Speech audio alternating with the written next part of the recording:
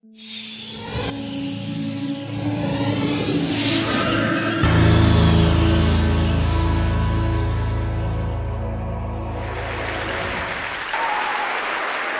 my goodness.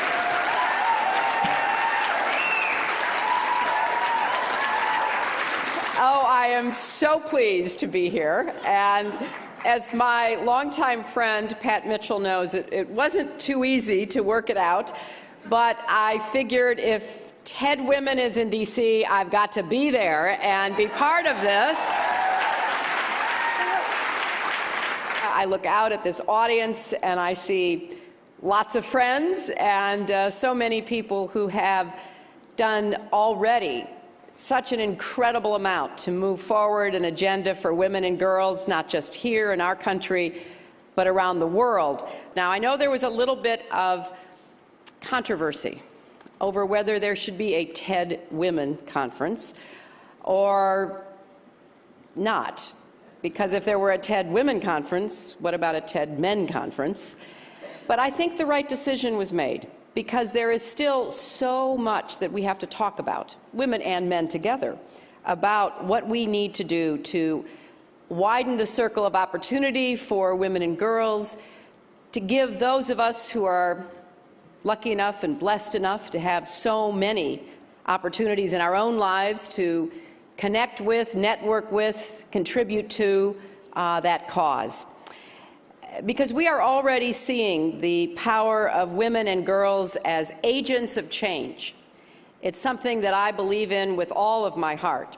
And as I travel around the country now as Secretary of State with the great honor of representing the United States, I have made clear that the rights and the roles of women and girls will be a central tenet of American foreign policy, because where girls and women flourish, our values are also reflected. Before I go too much further in talking about what we are doing in the government and what I would like to challenge you to join us in doing, I want to acknowledge the passing of Elizabeth Edwards, someone whom I have the greatest respect and admiration for. She lived with a fierce intelligence, a passion, a sense of purpose. She was not only devoted to family and friends, but also to improving health care and finding a cure for cancer for once and for all. And she would have appreciated this event, where we are coming together to look for solutions. And I want to express what so many people feel about the loss of Elizabeth, and that is that we've lost a voice, and we've lost a very active blogger who was willing to put herself on the line time and time again. I see women like that everywhere I go. I just came back from Kyrgyzstan, where there's a woman president who's not only the first female head of state or government in post-Soviet Union Central Asia, but she is presiding over the first parliamentary democracy in the entire region. The courage it takes for her is something that I draw courage from. Or when I go to visit projects that women have carved out literally with their own hands in places like South Africa, I see in action that sense of resilience and commitment that can keep any of us, including me, going. I know so well that there are women, as we speak in our own country and elsewhere, who will never hear of this conference and certainly could not even imagine attending, but who are living the kinds of life experiences and involvements that bring us here. So the United States has made empowering women and girls a cornerstone of our foreign policy, because women's equality is not just a moral issue, It's not just a humanitarian issue. It is not just a fairness issue. It is a security issue. It is a prosperity issue, and it is a peace issue. And therefore, when I talk about why we need to integrate women's issues into discussions at the highest levels everywhere in the world, I'm not doing it just because I have a personal commitment or not just because President Obama cares about it. I'm doing it because it's in the vital interests of the United States of America. Let women work and they drive economic growth across all sectors. Send a girl to school even just for 1 year, and her income dramatically increases for life, and her children are more likely to survive, and her family more likely to be healthier for years to come. Give women equal rights, and entire nations are more stable and secure. Deny women equal rights, and the instability of nations is almost certain. The subjugation of women is, therefore, a threat to the common security of our world and to the national security of our country. That is why, across all of our work in the last 23 months or so, from our initiatives on food security and climate change and global health to our efforts on peace and security, we have made this a primary focus. We are currently completing the first ever comprehensive review of our diplomacy and development policy. It's something that I determined to do upon becoming Secretary of State because the Defense Department has for years produced what they call the Quadrennial Defense Review, the QDR. And part of my goal is to elevate diplomacy and development to be on a par with defense. We are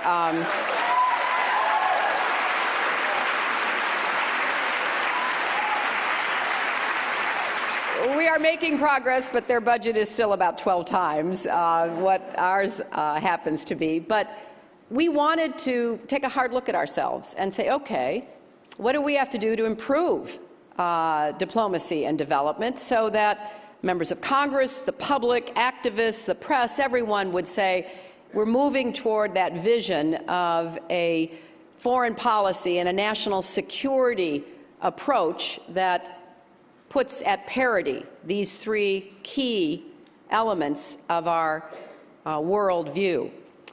So in the now called QDDR, which we will roll out next week, one of my directions to our very hardworking, talented staff was to be sure that we integrated women's issues throughout the review.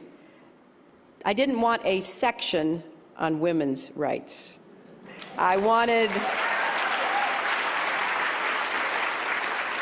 to ensure that women were at the table in every discussion and on every single issue. Now, also in the spirit of TED, we are creating solutions and partnerships, reaching out to all sectors, government, NGOs, private business. Through the Secretary's International Fund for Women and Girls, we are partnering with the private sector to provide small grants to local NGOs working to improve the status of women right where they live. For example, the Avon Foundation made a contribution to fight violence against women, which will support an award of 10 grants to non-governmental organizations in Egypt, Turkey, Mexico, Argentina, Jamaica, Liberia, Cambodia, and India. And we are focusing on what can you do right in your community and your country to combat the crime of violence against women. We've had some experience with that in our own country because it wasn't so long ago that people were afraid to talk about domestic violence, where even the worst abuses were explained away or tried to be covered up. So we know the journey that is necessary to move from people saying, well, that's culture, that's who we are. I was in a country that shall remain nameless for the time being, where I had this conversation with the Prime Minister and the leadership, because there's a very high incident of violence against women. And the answer I got was an answer that I remember hearing many years ago when I was a young law professor working on these issues at the University of Arkansas Law School.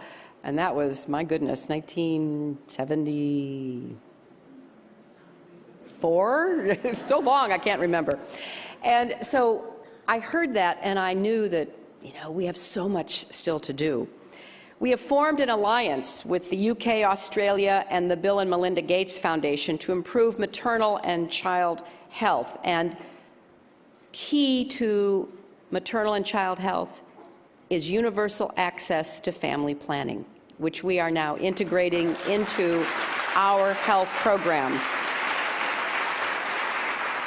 We are developing innovative programs to address the particular needs of women in particularly difficult circumstances. For example, in the Democratic Republic of Congo, where violence against women and sexual-based violence in particular is rampant, we are developing a mobile justice initiative to help women collect evidence of the crimes committed against them, record and transmit their testimony, and help bring the perpetrators to justice. So before they have to show up somewhere and give testimony, they can record and transmit it on cell phones. So we begin to build an evidence base that can then be used to bring the perpetrators to accountability. And we want to do more to partner with all of you here in this room and online. With the support, for example, of the Rockefeller Foundation, we have launched the Innovation Award for the Empowerment of Women and Girls to encourage and reward creative approaches to empowering women politically, economically, and socially. We recently held a contest called Apps for, number 4, Africa, to reward local mobile developers in 4 African countries whose apps are helping to promote prosperity and stability. And one of the winners is a program called Mama Kiba, an app that helps low-income pregnant women to budget and prepay for prenatal care and the costs of delivery. We also recognize the important role that innovation can play in accelerating progress that has already begun. In addition to programs like Apps for Africa and Mobile Justice, we are supporting the TEDWomen initiative to close the global gender gap in cellular phone ownership and to use mobile technology as a development tool for the empowerment of women and girls. In January, the State Department will lead an all-women's technology delegation to Liberia and Sierra Leone. And we will be sending an impressive group of innovators and entrepreneurs to explore how technology can increase opportunities for women and girls in those 2 African countries. And I want to say a special word about the importance of girls. The low value that many families and societies place on girls makes possible many of the worst abuses they suffer. But even among girls who are spared the worst, too often it is a girl who is still the first to drop out of school, the last to be fed, the last to receive medical care. And in too many places, she is taught there are special limits to what is possible for her. So we need to persuade families and nations to value girls and to teach the girls themselves to understand their own value and their potential. And so we need to reach out to faith leaders and community leaders to change the perception and treatment of girls and to persuade men and boys to value their sisters and their daughters for their talents and their intrinsic worth. If we can convince societies to invest in girls, we will strengthen our efforts to fight poverty, drive development, and spread stability. There are more than 600 million girls in the developing world alone. More than 1/4 of the population of Asia, Latin America, the Caribbean, and sub-Saharan Africa are girls and women between the ages of 10 and 24. Now, people sometimes talk about the youth bulge of the Middle East and the developing world solely as a group of unemployed young men, and that is a problem. But we also need to figure out how to tap the potential of girls. At the President's Entrepreneurship Summit this last April, I announced a program called TEDWomen to match women in Muslim-majority countries with women working in tech countries here at home. Across the globe, we have an opportunity to build these networks and to empower these women who are already taking the steps to be entrepreneurs and business leaders in their own societies. I love this story about a teenage girl and a cow, which drives home the challenge but also the opportunity that we face today. This teenage girl's father expected to force her into an early marriage, but she had been to school, and she received a cow, perhaps through the Heifer Project, designed to encourage her to stay in school. When her father demanded that she drop out of school and get married, she said no. When he insisted, she insisted right back. And finally, she pulled out her trump card. If I leave and get married, I'm taking my cow.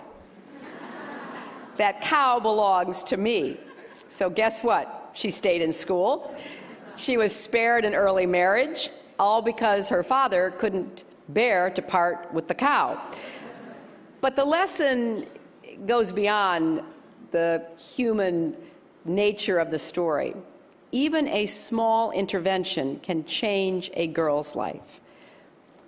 And you, many of you, here and in the virtual world participating in this TEDWomen conference are already doing remarkable work. You've already presented. You already have built the networks. But we need more partnerships, more mentoring, and more good ideas.